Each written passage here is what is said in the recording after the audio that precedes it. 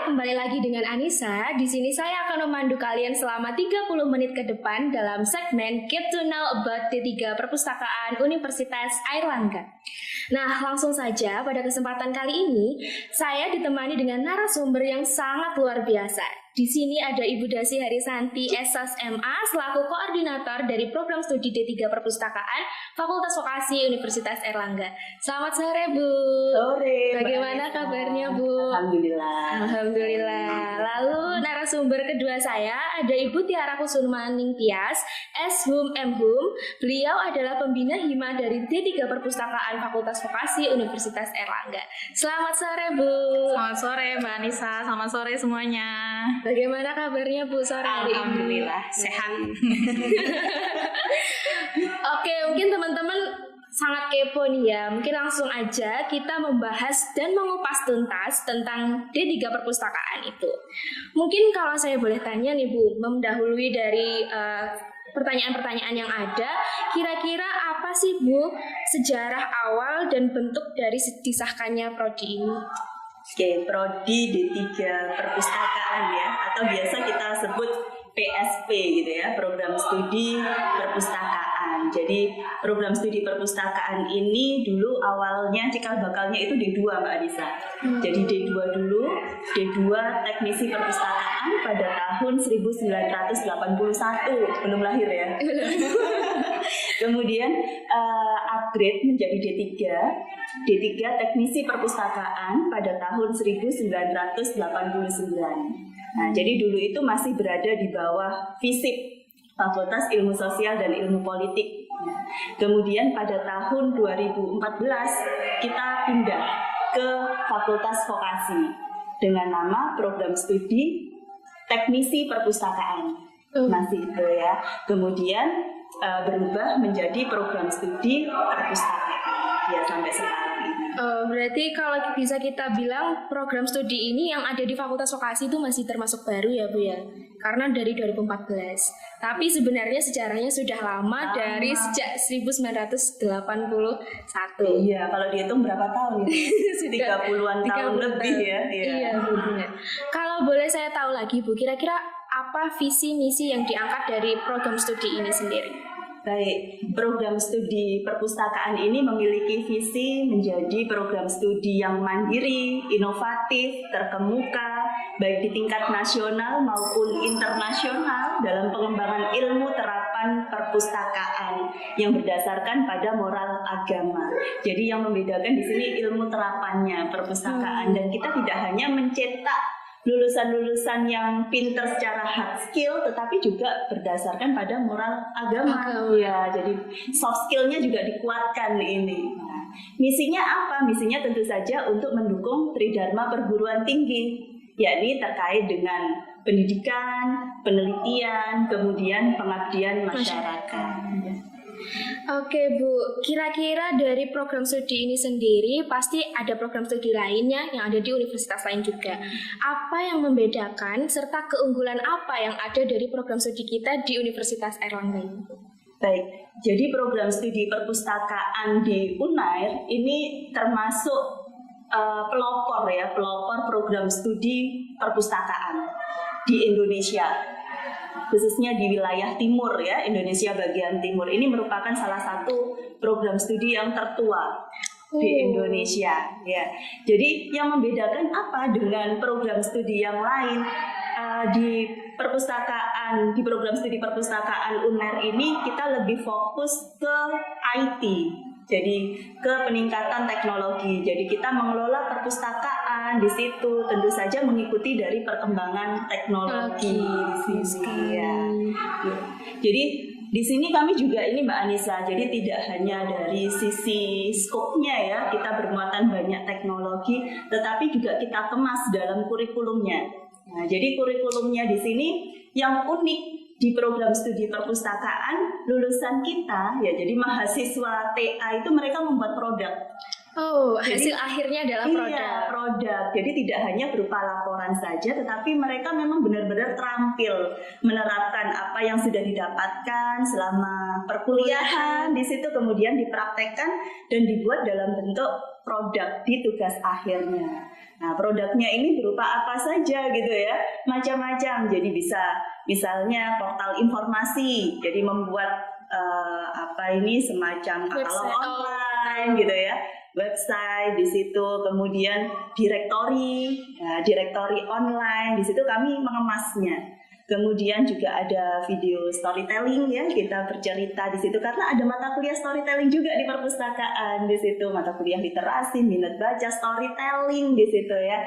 Jadi tentu saja mahasiswanya diharapkan dapat ini ya, membantu dalam peningkatan literasi di situ. Dan tentu saja dari hasil produk itu Mbak Anissa, kita punya ini ya Bu Tiara ya, punya produk-produk yang dihak ciptakan. Nah, jadi 2021 sampai 2022 kita ada sekitar 71 Produk hak cipta. hasil. Hak cipta di situ.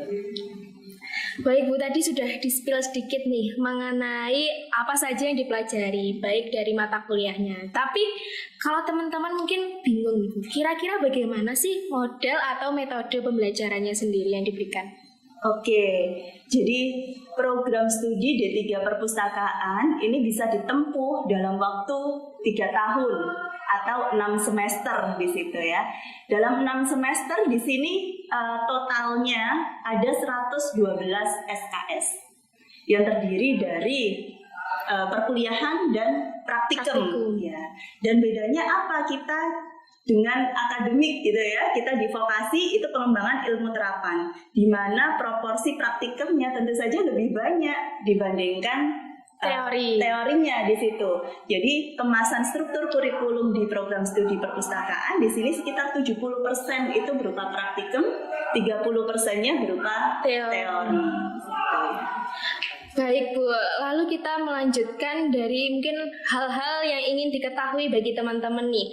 Kira-kira apa saja sih Bu fasilitas, ruangan maupun tempat yang sudah disediakan atau ada dari D3 Perpustakaan ini untuk mendukung dari perkuliahan? Baik, jadi Fakultas Vokasi kita ini ya, program studi D3 Perpustakaan itu berada di bawah Departemen Teknik. Inilah salah satu keunggulan kita karena kita juga banyak bermuatan teknologi sehingga kita bernaung di bawah Departemen Teknik ya. Departemen Teknik Fakultas Vokasi. Jadi ada di gedung A perkuliahannya di situ, di gedung A Dharma Wangsa Dalam ya di situ. Jadi ada ruang kuliah, ada lab komputer, kemudian kami juga ada laboratorium perpustakaan atau biasa kita sebut liklab gitu ya, library laboratory. Inilah kita di sini nih Mbak ini. Jadi ini kita lagi ada di lab perpustakaan atau library laboratory. Di sini tempat mahasiswa belajar bagaimana memanajemen miniatur dari perpustakaan. Jadi di lab ini merupakan miniatur perpustakaan mulai dari mereka ini ya organisasi informasi ya, mulai dari mereka ini mengumpulkan informasi, kemudian dia mengolah informasinya sampai menyebarkan, semua ada di sini. Ya jadi melakukan layanan di sini sampai podcast pun juga di sini. Ya, jadi tidak hanya kita mengumpulkan, mengolah, mengemas gitu ya, tetapi kita juga mengkomunikasikan, menyajikan informasi. Keren sekali Bu. Kalau boleh tahu lagi, tadi kan fasilitasnya banyak dan beragam. Apakah ada sebuah hubungan kerjasama dari D3 Perpustakaan ini dengan instansi atau lembaga lain yang mungkin ada di dalam maupun luar negeri? Baik, kalau kerjasama, alhamdulillah ya. Jadi program studi perpustakaan di sini banyak mendapatkan peluang untuk melakukan kerjasama baik di dalam maupun di luar negeri. Di dalam, di sini tentu saja kalau dengan perpustakaan itu sudah pasti gitu ya. Baik perpustakaan nasional, perpustakaan perguruan tinggi, perpustakaan sekolah, perpustakaan umum, perpustakaan khusus. Jadi semua jenis perpustakaan ada di situ dan kami melakukan kerjasama di situ. Karena apa? Karena mahasiswa kami kan juga banyak praktikum ke mereka gitu ya, ke lapangan di situ, ke industri.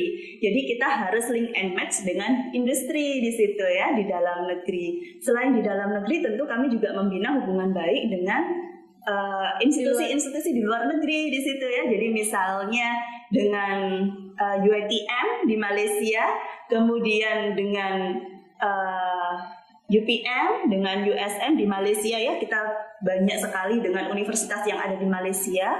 Kemudian juga ada dengan Taiwan, National Chung Sing di situ. Kemudian Asia University juga kita juga kolaborasi. Kemudian dengan Chulalongkorn itu kita juga kolaborasi. Jadi mahasiswa kami ketika PKL tidak hanya di Indonesia saja, mereka juga mendapatkan kesempatan untuk internship ya, PKL atau magang di luar negeri di sana. Jadi mahasiswa kita cukup antusias ketika ada tawaran, ada magang di luar negeri. Tidak hanya mahasiswanya saja di situ. Jadi kami dosennya, tendiknya juga bisa staff outbound ke sana di situ.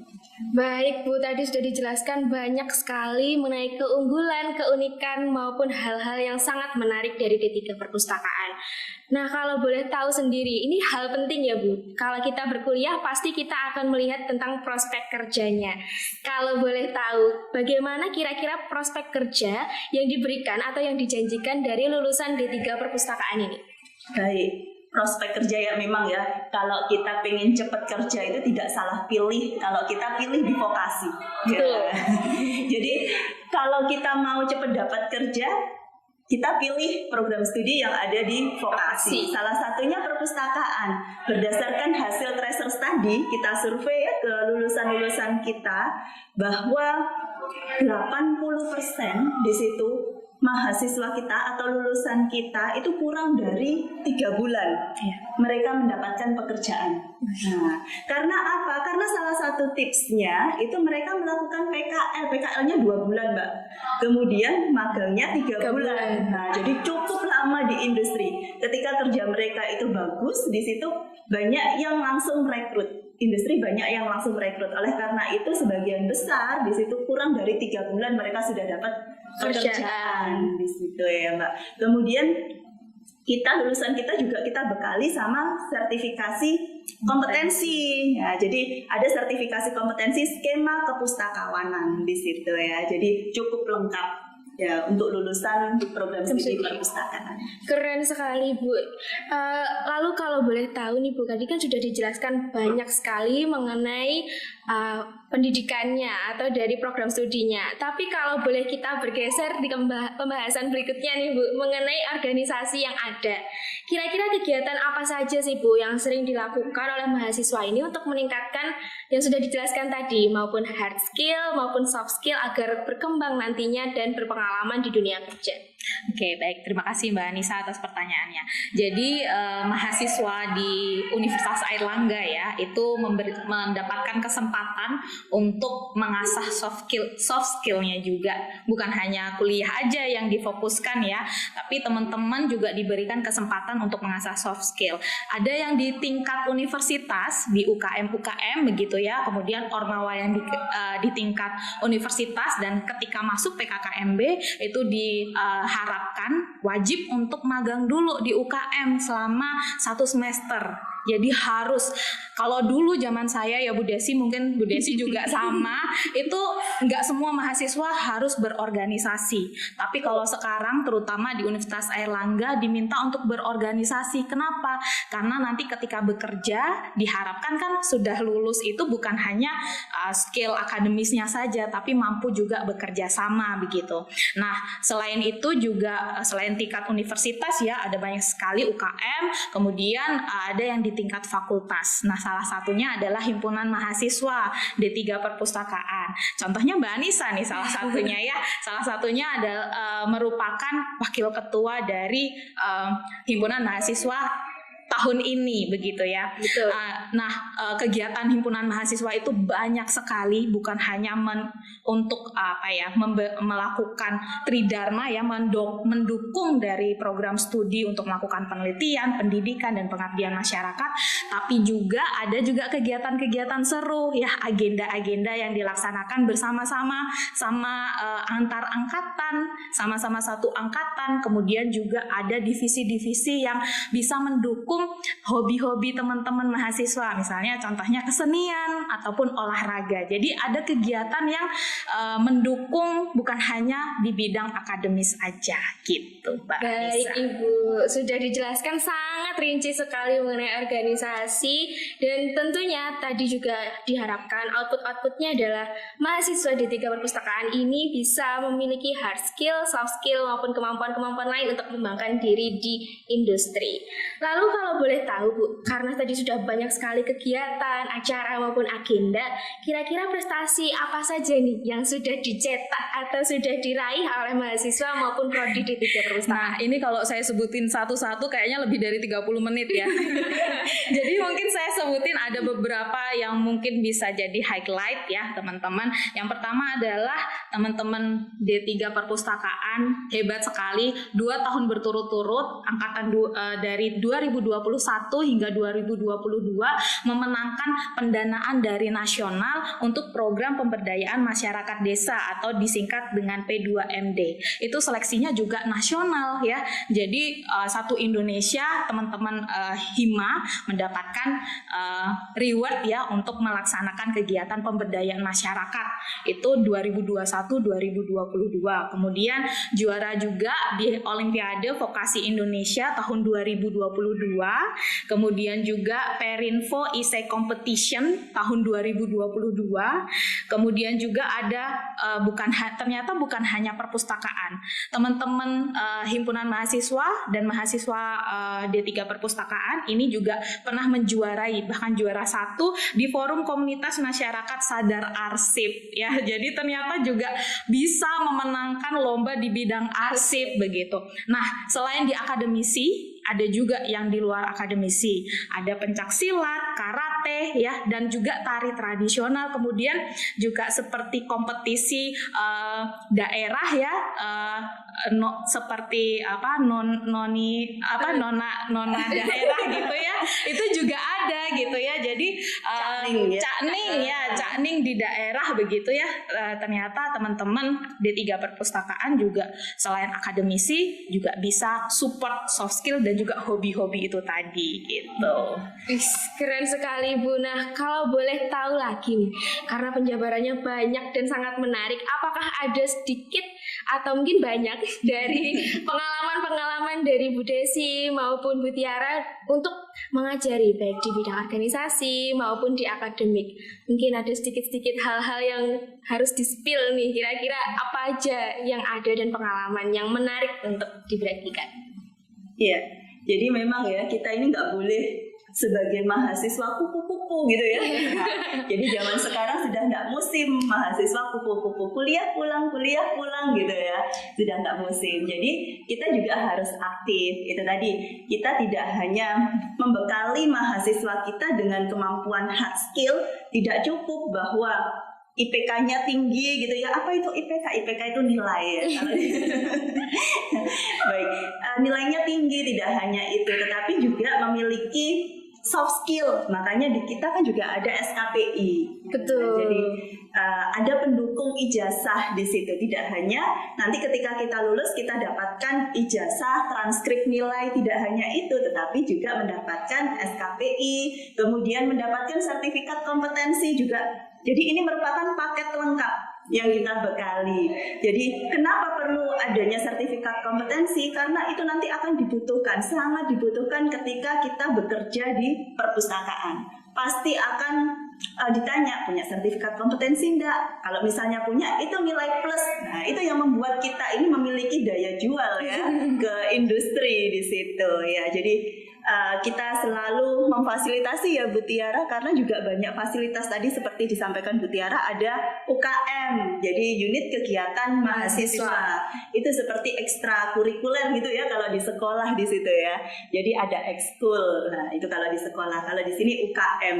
Nah, itu sangat bagus sekali ya untuk mengasah minat dan bakat dari mahasiswa gitu ya. Benar sekali. Dari Bu Tiara mungkin ada tambahan pengalaman? Kalau saya sih, karena kebetulan saya sudah 3 tahun ini membina himpunan mahasiswa, jadi saya juga belajar banyak ya dengan tren-tren berorganisasi saat ini. Karena mungkin dulu zaman saya kuliah juga berbeda dengan ritme saat ini. Jadi teman-teman mahasiswa juga banyak kegiatan membuat lomba-lomba ya, lomba-lomba nasional, kemudian juga ada konferensi nasional, dan nextnya ke depan ini mungkin bisa saya spill sedikit, kita akan ada lomba yang dikerjakan bersama UITM, yaitu lomba skala internasional. Jadi nanti kolaborasi antara himpunan mahasiswa yang mahasiswa UITM dan juga himpunan mahasiswa D3 perpustakaan. Nah, itu pengalaman saya, mungkin itu juga salah satu hal yang menarik sih buat saya sebagai pembina himpunan mahasiswa, bersama teman-teman himpunan mahasiswa di sini mengerjakan berbagai proyek ya untuk mendukung Tridharma perguruan tinggi begitu. Baik, mungkin teman-teman di sini juga mulai tergugah nih, mulai ingin kepo-kepo dan juga ingin terus melihat apa saja sih perkembangan yang ada, kegiatan maupun agenda yang diadakan oleh D3 Perpustakaan. Bisa langsung cek di media sosial yang ada ya Bu, ada Instagram, terus ada juga YouTube, bahkan ada TikToknya juga. Nah, mungkin ini memasuki sesi terakhir nih Bu, karena teman-teman juga pasti agak sedikit bingung ke kanan, ke kiri, aduh jadi kemana gitu ya. Untuk teman-teman mahasiswa baru, mungkin ada salah satu mungkin bisa dibilang kata penutup ya kayak Bu ya, bahwa kenapa sih para mahasiswa baru ini nanti harus bahkan wajib untuk mendaftar maupun memilih di D3 Perpustakaan ini Bu? Mungkin saya dulu ya Bu Desi. Karena kalau menurut saya yang pertama itu tadi yang disampaikan oleh Bu Desi, paket lengkap. Jadi nggak usah bingung-bingung, di satu tempat D3 Perpustakaan Universitas Airlangga udah punya semua skill, soft skill, hard skill, semua terkumpul, sertifikat punya juga. Terus habis itu yang kedua mungkin punya pengalaman kegiatan internasional. Nah, menurut saya itu juga bisa jadi bekal yang kuat untuk ke industri, apalagi industri bidang kita itu sangat-sangat peluang kerjanya sangat tinggi gitu ya. Seperti yang disampaikan, 80% mahasiswa kami, alumni kami pasti mendapatkan pekerjaan kurang dari 3 bulan. Jadi nggak ada nunggu-nunggu nganggur-nganggur, itu nggak ada ceritanya di D3 Perpustakaan Unair gitu. Silakan Bu Desi. Siap. Baik, kalau di era sekarang ya, era informasi di situ dan perkembangan teknologi yang begitu pesat, ini tidak salah pilih ketika kita mau kuliah di perpustakaan. Ya. Kenapa? Karena di perpustakaan, di program studi perpustakaan ini kita mempelajari bagaimana mengorganisasi informasi. Ya, jadi mulai dari kita mengumpulkan informasi, jangan sampai kita terjerumus pada informasi yang hoax kan gitu ya. Bagaimana cara kita mendapatkan informasi yang berkualitas, yang valid gitu ya. Kemudian setelah kita dapat, apa yang kita lakukan? Kita biarkan, kita tumpuk kan enggak. Nah, inilah kompetensi kita. Kita mengolah informasi tersebut ya. Tentu saja dengan ada panduannya, ada prosedur operasionalnya dalam mengelola informasi tersebut ya. Kita olah informasi tersebut. Kemudian apa yang kita lakukan? Kita kemas, repackaging informasi tersebut sehingga tersedia dalam berbagai macam media. Di era sekarang banyak sekali media, tidak hanya media cetak kan ya, tetapi juga media digital, dan itu kita wadahi. Jadi mahasiswa kita bekali bagaimana kita mengelola, mengemas informasi tersebut mengikuti perkembangan teknologi sekarang ini. Dan tidak hanya itu, kita juga mendiseminasikan informasi tersebut. Jadi di era sekarang siapa sih yang nggak tahu media sosial gitu ya. Jadi mahasiswa kita juga kita bekali, ada mata kuliah terkait dengan desain grafis di situ. Jadi bagaimana melakukan podcast, makanya di dalam lab ini juga ada ruang podcastnya di situ ya, karena mereka nanti juga bisa mengemas informasi itu dalam bentuk video di situ. Jadi tidak salah pilih ketika kita memilih D3 perpustakaan. Ya. Mungkin itu saja dari segmen Get to Know About D3 Perpustakaan. Teman-teman yang berminat maupun berkeinginan untuk masuk di D3 Perpustakaan, jangan pernah kelewatan untuk lihat informasinya di media sosial yang sudah tersedia. Lalu untuk teman-teman yang masih bingung, bimbang, jangan ragu, jangan segan untuk masuk ke D3 Perpustakaan karena kami menyiapkan seluruh paket lengkap dan memfasilitasi mahasiswanya untuk bisa dan mampu untuk terjun ke dunia industri langsung. Untuk mengakhiri segmen pada kali ini, ada baiknya kita jargon atau yel-yel dulu nih Bu. Mungkin bisa langsung saya pimpin. Unair Hebat, vokasi sigap, D3 Perpustakaan bisa, brave.